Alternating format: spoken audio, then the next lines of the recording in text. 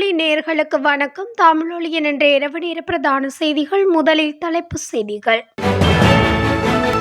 ஜனாதிபதி தேர்தல் தொடர்பான கருத்து கணிப்பில் வெளியாகியுள்ள தகவல்.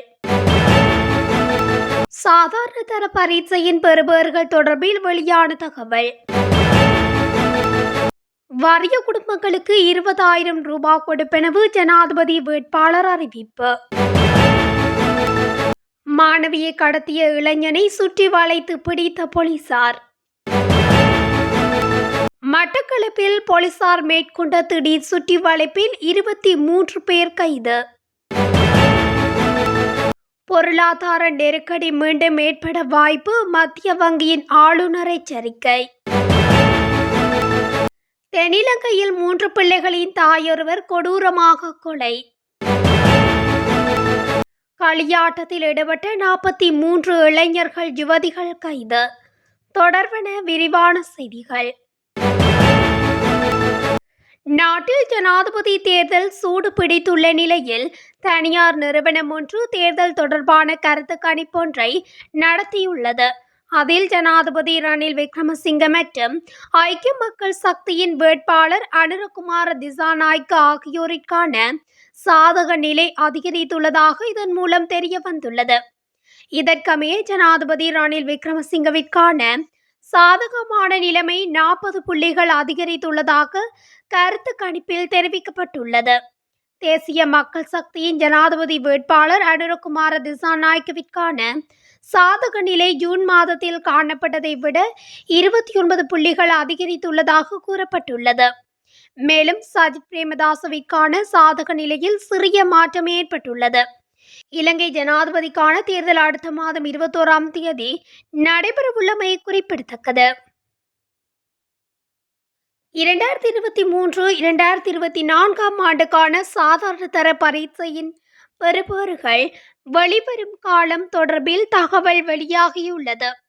அதன்படி குறித்த பரீட்சையின் பெறுபேறுகள் இன்னும் 2-3 வாரங்களில் வெளியிடப்பட உள்ளதாக தெரிவிக்கப்பட்டுள்ளது. இந்த விடயத்தை கல்வி அமைச்சின் வளாகத்தில் ஊடகங்களுக்கு கருத்து தெரிவித்த கல்வி அமைச்சர் சுசில் பிரேமஜயந்த வெளியிட்டுள்ளார். அத்தோடு பரீட்சை பெறுபேறுகள் வெளியிடுவதற்கு தேவையான அனைத்து பணிகளும் தற்போது நடைபெற்று வருவதாக அவர் மேலும் குறிப்பிட்டுள்ளார். நாட்டின் அனைத்து வறிய குடும்பங்களுக்கும் மாதாந்தம் சுமார் 20,000 ரூபாய் வழங்கப்படும் என ஐக்கிய மக்கள் சக்தியின் தலைவர் ஜனாதிபதி வேட்பாளர் சஜித் பிரேமதாச தெரிவித்துள்ளார். சேருவாவில பகுதியில் நடைபெற்ற ஐக்கிய மக்கள் சக்தியின் தேர்தல் பிரச்சார கூட்டத்தில் அவர் இதனை குறிப்பிட்டுள்ளார். அவர் தொடர்ந்து உரையாற்றுகையில், எதிர்வரும் தமது ஆட்சியின் கீழ் இவ்வாறு கொடுப்பெனவு வழங்கப்படவுள்ளதாக சஜித் பிரேமதாச தெரிவித்துள்ளார். சனசவிய சமுர்த்தி மற்றும் அஸ்வசம உள்ளிட்ட சமூக நலன்புரி திட்டங்களின் நல்ல பண்புகள் அனைத்தையும் உள்ளடக்கிய புதிய திட்டம் உருவாக்கப்படும் என அவர் குறிப்பிட்டுள்ளார். இந்த திட்டங்களில் காணப்படும் குறைபாடுகள் நீக்கப்படும் என அவர் தெரிவித்துள்ளார்.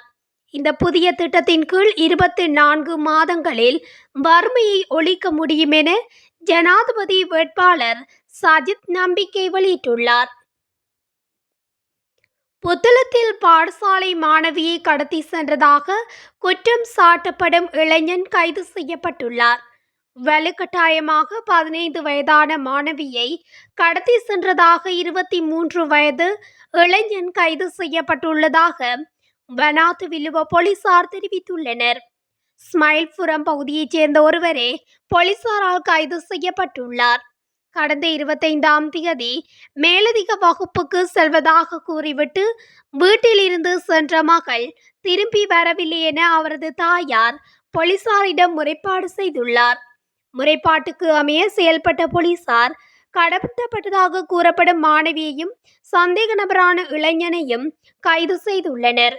காதலுறவின் அடிப்படையில் இந்த கடத்தல் நடந்துள்ளதாக போலீசாருக்கு தகவல் கிடைத்துள்ளது.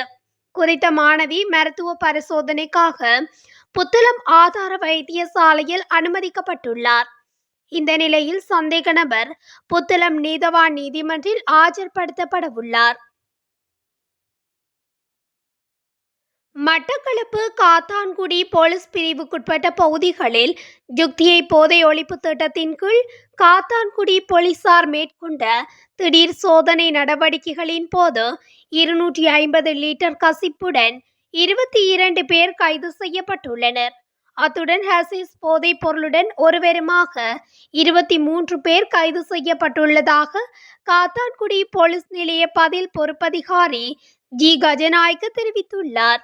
காத்தான்குடி, ஆரையம்பதி, புதுக்குடியிருப்பு, நாவட்குடா உட்பட காத்தான்குடி போலீஸ் பிரிவுக்குட்பட்ட பிரதேசங்களில் போலீசார் நடாத்திய திடீர் சுற்றி வளைப்பு தேடுதல்களின் போது இவர்கள் கைது செய்யப்பட்டுள்ளனர். இதன்போது கற்புலா பிரதேசத்தில் வைத்து ஹசிஸ் போதைப் பொருளுடன் 63 வயது நபர் ஒருவர் கைது செய்யப்பட்டுள்ளார். இந்நிலையில் கைது செய்யப்பட்டவர்கள் இன்று மட்டக்களப்பு நீதவான் நீதிமன்றத்தில் முன்னிலைப்படுத்தப்பட்டுள்ளதாகவும் போலீசார் மேலும் தெரிவித்துள்ளனர். சம்பவங்கள் தொடர்பாக காத்தான்குடி போலீசார் மேலதிக விசாரணைகளை மேற்கொண்டுள்ளனர். தற்போதைய பொருளாதார வேலை திட்டத்தின் பெறுபேறுகள் தலைகீழாக மாறினால் கடந்த 2 வருடங்களில் நாம் அனுபவித்ததை போன்ற பொருளாதார சமூக நெருக்கடி மீண்டும் ஏற்படக்கூடும் என இலங்கை மத்திய வங்கியின் ஆளுநர் கலாநிதி நந்தலால் வீரசிங்க தெரிவித்துள்ளார். இலங்கை தொழிற்சங்கங்களின் 37வது வருடாந்த மாநாட்டில் கலந்து கொண்டு கருத்து தெரிவிக்கும் போதே அவர் மேற்கொண்டவாறு குறிப்பிட்டுள்ளார். உங்கள் அனைவருக்கும் தெரியும், தற்போதைய சீர்திருத்த செயல்முறையானது பொருளாதாரத்தை அதன் அசைக்க முடியாத ஸ்திரத்தன்மைக்கு மீட்டெடுப்பதற்கான நடவடிக்கைகளை உள்ளடக்கியது. இந்த சீர்திருத்தங்கள் குறுகிய காலத்தில் வேதனை அளிக்கும் என்றாலும் நீண்ட கால தாமதமான இந்த சீர்திருத்தங்களை செயல்படுத்த அனைத்து தரப்பினரின் அர்ப்பணிப்பும் பொருளாதாரத்தை நிலையான மற்றும் விரிவான வளர்ச்சியின் பாதையை நோக்கி வழிநடத்த முக்கியமானது. அது மாத்திரமன்றி மீண்டும் ஒரு சமூக நெருக்கடி ஏற்படலாம். தற்போதைய இறையாண்மை கடன் நெருக்கடிக்கு முகம் கொடுத்துள்ளது. இந்நிலையில் கடந்த காலங்களைப் போன்று அதிக செலவினங்கள் மற்றும் வரி குறைப்புகள் மூலம் பொருளாதாரத்தை வளர்ச்சியை நோக்கி செலுத்துவதற்கு அரசாங்கத்திடம் நிதியிடமில்லை. நிதி மற்றும் கடன் நிலைத்தன்மையை மீண்டும் நிறுவுவது இப்போது மற்றும் எதிர்காலத்திற்கான முதன்மை தேவையாகும் என சுட்டிக்காட்டியுள்ளார். ஹொரணை பிரதேசத்தில் 3 பிள்ளைகளின் தாயொருவர் கொடூரமாக கொலை செய்யப்பட்டுள்ளார். பிரதீபா குமாரி என்ற 36 வயதுடைய பெண்ணொருவரே இவ்வாறு கொலை செய்யப்பட்டுள்ளார். 2 குடும்பங்களுக்கு இடையில் ஏற்பட்ட முறுகல் நிலைமை காரணமாக இந்த கொலை சம்பவம் இடம்பெற்றதாக போலீசார் தெரிவித்துள்ளனர். அயல் வீட்டிலுள்ள நபரொருவர் தனது சகோதரனுடன் பிரதீகாவை சந்திப்பதற்காக கத்தியுடன் சென்றுள்ளார். திடீரென பிரதீபிகாவை அவர் கொடூரமாக வெட்டி கொலை செய்துள்ளார். இந்த நிலையில் இருவரையும் போலீசார் கைது செய்துள்ள நிலையில் விசாரணைகள் ஆரம்பிக்கப்பட்டுள்ளது.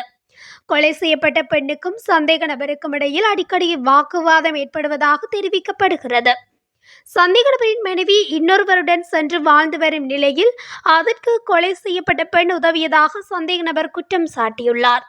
அதற்கு பழிவாங்கும் நோக்கிலேயே குறித்த பெண்ணை கொலை செய்துள்ளதாகவும் தெரிவிக்கப்படுகிறது. நீர்கொழும்பு பிரதேசத்தில் உள்ள ஹோட்டல் ஒன்றில் முகநூலில் அறிமுகமான நண்பர்களுடன் இணைந்து போதைப்பொருள் விருந்து நடத்திய 43 இளைஞர்கள் யுவதிகள் கைது செய்யப்பட்டுள்ளனர். மதுவரி திணைக்களத்தின் அதிகாரிகளுக்கு கிடைத்த தகவலின் பேரில் களியாட்டத்தில் ஈடுபட்ட சந்தேக நபர்கள் கைது செய்யப்பட்டுள்ளனர். தங்காலை, மாரவில, கிரிந்திவெல, கிகுரகொட, பூகொடை, நீர்கொழும்பு, யாழ்ல மற்றும் ஹொரணை ஆகிய பிரதேசங்களைச் சேர்ந்த 19 முதல் 35 வயதுக்குட்பட்டவர்கள் என போலீசார் கூறியுள்ளனர். கைது செய்யப்பட்டவர்களில் 10 யுவதிகளும் 33 இளைஞர்களும் அடங்குவதாகவும் அதிகாரிகள் தெரிவித்துள்ளனர். இத்துடன் தமிழொலியின் இன்றைய இரவு நேர பிரதான செய்திகள் நிறைவடைகின்றன. தொடர்ச்சியாக இதுபோன்ற செய்திகளை அறிந்து கொள்ள தமிழொலி ஊடகத்துடன் இணைந்திருங்கள். நன்றி, வணக்கம்.